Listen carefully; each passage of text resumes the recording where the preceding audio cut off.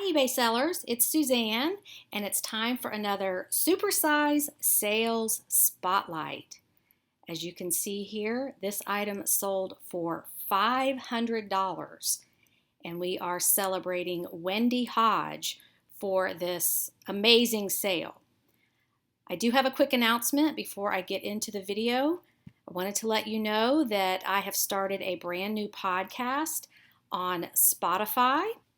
The first episode is ready and waiting for you, and new episodes will post every Tuesday.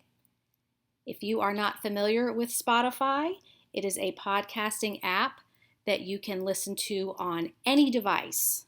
I love listening to podcasts. I listen to them on my phone, on my computer, even on my TV through Roku.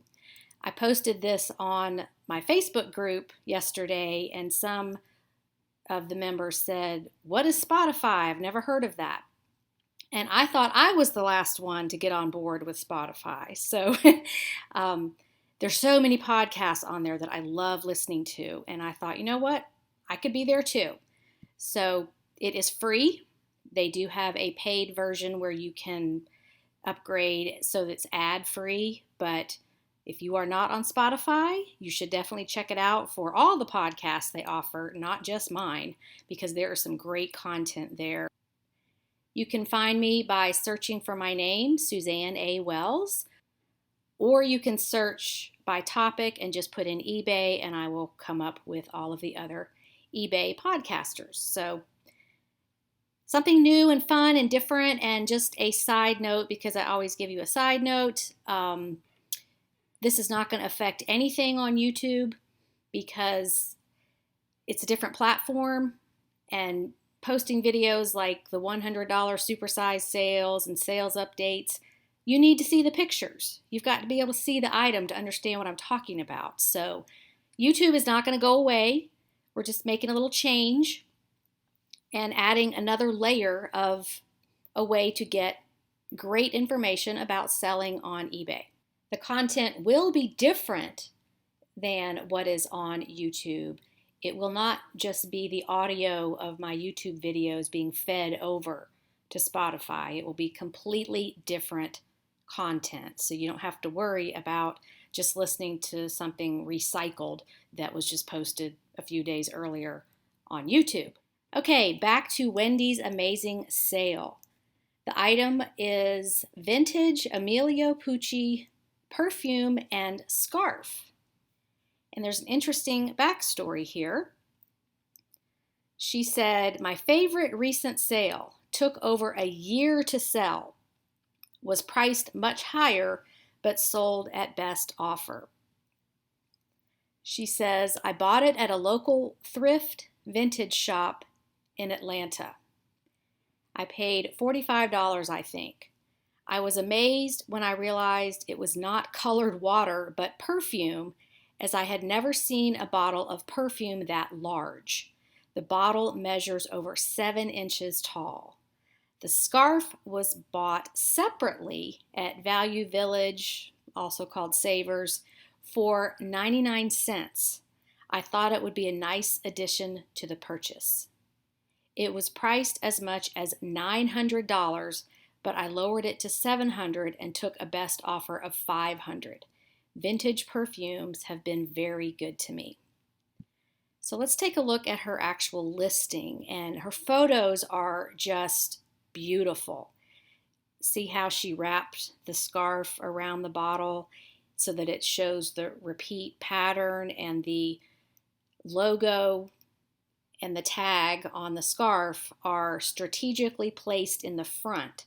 So you can definitely see it is Emilio Pucci perfume and a scarf. Both of the logos are showing, so that was really smart. Here's a photo of the very detailed and beautiful cap. And she has a photo showing the country where it was manufactured, bottle made in France. And this is a great addition to a fragrance listing showing how tall the bottle is. Obviously, you're going to put that in your listing, but we all know that buyers don't read the listing. The written description area, in my opinion, is more for that CYA factor after the sale, and the buyer wants to question something. You can refer back to the description area. In my experience, most of the time the buyer has not read it and they say, "Oh, I didn't see that." So showing the measuring tape or ruler or whatever next to the bottle gives a great visual of the size of it, because perfume bottles can come in tiny, tiny sizes like half an inch, all the way up to this very large size, which Wendy thinks was a store display, which we're going to get to that in a minute. Here's the actual scarf, and look how beautiful that is. The colors, the pattern, that is just so gorgeous.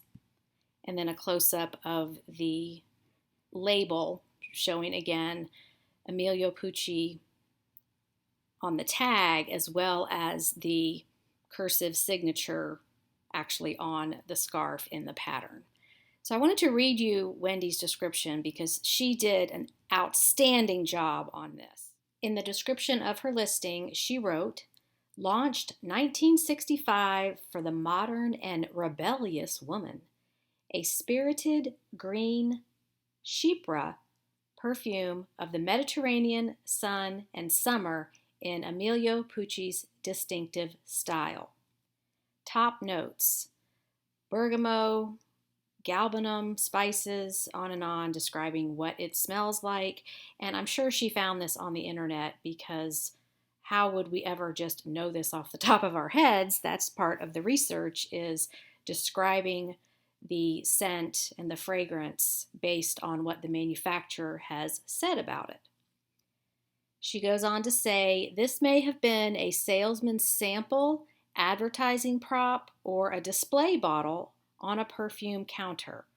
I do not know the exact volume. My guess is about 12 ounces, but it is the largest I've ever seen. This is not a dummy bottle filled with colored water. It is full of the original formulated scent. I'm not sure if the concentration is perfume, cologne, or eau de toilette, but it smells great.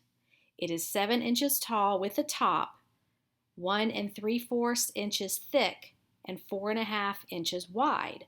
The bottle reads 'Bottle made in France' on the bottom. This has been discontinued since the early 1980s and can be quite hard to find. There is not one of this size available anywhere." And then she describes the scarf.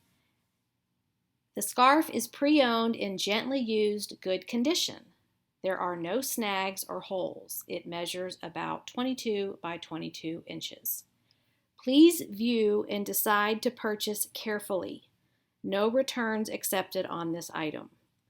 Due to alcohol content, USPS regulations require perfume is shipped parcel ground. Item will ship with signature confirmation. Thanks for viewing. Please view my other listings." So she covered all the bases there and did her research online to get the exact formulation of the fragrance, what scents are in it. So I loved that addition, because, how can you give an internet buyer a scratch and sniff sample of a fragrance? You can't. So you've got to communicate that through words, and she just did a great job on that. I'm very impressed, Wendy. So again, here's the item, Emilio Pucci fragrance.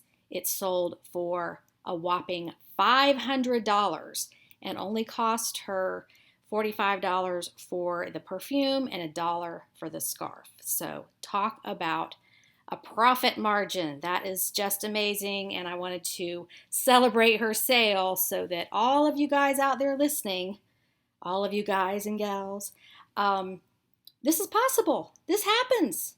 And this happened last week, which was late March of 2021. So don't stop believing. You're going to find these things. They're out there. You just have to keep looking. Thanks so much for watching. And again, check out my new podcast on Spotify. The link is below the video. Have a profitable and productive day on eBay. See you next time. Bye.